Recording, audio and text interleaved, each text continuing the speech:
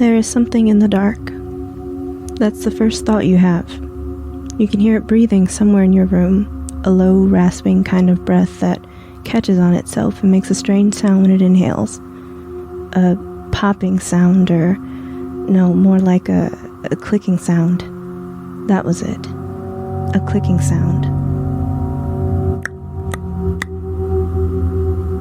It's a horrible sound to hear suddenly in the night. The kind that sounded far away and yet right there in your ear, like it was coming from right next to you. It raises goosebumps on your skin as you lie there in the dark, listening, counting the seconds between the unsettling clicks of its breath, only you keep losing track of time for some reason. How long has it been there? How long have you been awake? You were unconscious just moments before. You swear it. Asleep. Caught in a nonsensical regurgitation of information that you'd subconsciously gathered during the day and would never be able to recall again come morning. You'd been dreaming. You'd been safe. How long has it been watching you sleep?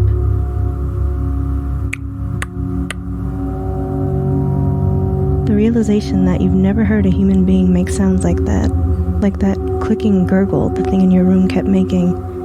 It keeps your eyes glued shut and your body still in your bed, even as your heart begins to race. Your hands, instinctively clutching at your sheets, begin to sweat. The sleepy haze in your head is fading like fog in the daylight, but you only feel colder as reality sets in and you begin to understand. You are awake. You are awake, and there is something there. You're too afraid to open your eyes. You're afraid to see what is watching you, because you can feel it watching you. Its gaze like a weight on your chest or like cold fingers down your spine, but more than that, you are afraid to let it know that you are not asleep. You are afraid of why it's there, why it has come for you, and what it will do to you when it realizes you're awake. You know somehow that is what it's waiting for. It wants you to open your eyes. It wants you to see it.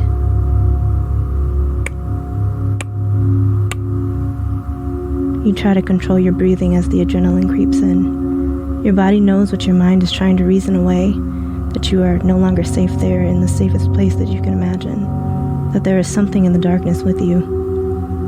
Despite your best efforts, your hands are shaking and your breath is labored. You know that your eyes are squeezed too tightly shut to appear asleep, and you think that it may be even be able to hear your heart beating against your chest. It's pounding so hard. You wonder, for just a second, if it already knows that you're awake. A second is all it takes for terror to grip you. Your eyes spring open, foolishly searching the darkness. The blue sliver of moonlight through the window is just enough to reveal outlines and shadows that stretch too long over the darkened walls. The television has already gone to sleep, and you don't remember the last time you were this scared of the dark, the last time you were really afraid. There's a sickening chatter in the corner of your room, like bones clattering together inhumanly fast, and you quickly realize it was never the dark you were afraid of. It was this. There is something in the dark. You can make out the figure of someone, something standing there in the corner, perfectly still. Humanoid, but obviously not a person. It's darker than the shadows that surround it, like it's made up of darkness itself, and it's huge. It's tall, taller than any man, wider than any man, with horn-like protrusions coming out of its head. Or maybe it's hooded? You don't know. It's weird, but you can't really tell, like your sight is playing tricks on you. As soon as you laid eyes on it, your vision went weird, fading in and out slowly like you were blinking too hard or falling asleep. You weren't. You swear you weren't. You couldn't even if you tried right now. It was that thing. It had to be doing something to you, and God, it was looking right at you.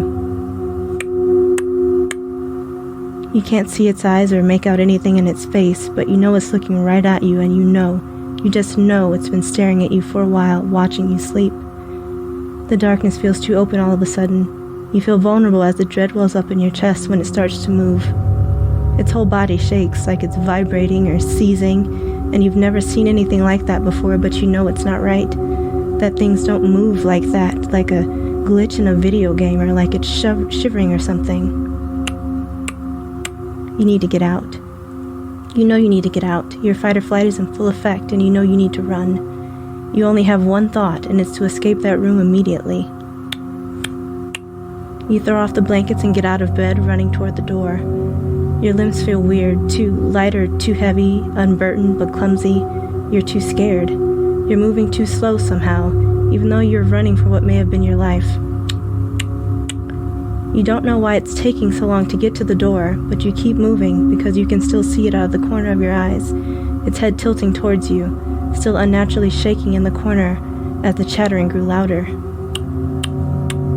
You realize a high-pitched whirring sound has filled the room as you finally grasp the handle and... No. God, no. You're back in your bed. How are you back in your bed? Your eyes flicker over to the corner and Jesus, it's closer. It's closer than it was before, glitching, chattering, faster. You don't think about it being closer. You just throw off the sheets again and rush for the door. You need to get out. You need to get the fuck out before it got you. Jesus fuck, it happened again. You'd reached the door, but now you're back in your bed. How are you back in your fucking bed?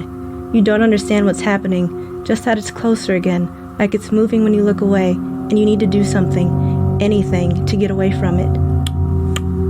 The whirring is louder, but you can barely hear it over your heart beating so hard it feels like you're going to fucking explode. You look the other way, out the window, beside your bed, before you remember you're on the second floor. You can't get out that way. You look back at the door. But you made a mistake. You looked away from it for too long. Somewhere, in the back of your panicked mind, you knew that. You knew that. You felt it the second the situation went from dire to hopeless.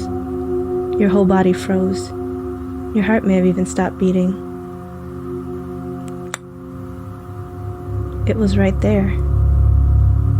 When you went to throw off the blankets again, it was standing right there, right beside the bed, looking down at you like you don't know what. Nothing has ever looked at you like that. It stood there for what felt like forever, looming over you, looking down at you, waiting. God, what was it waiting for? You try so hard not to blink. You try harder than you've ever tried anything in your life, because you know what will happen when you do. And you can see it now, a figure in the dark, yet somehow perfectly, terrifyingly clear. The void black, bumpy skin stretched over its knobby bones as it hunches over your bed. The coarse black fur growing out of its impossibly broad shoulders. The two black holes in its head where its eyes should have been, peering down at you. The ominous red around its wide mouth.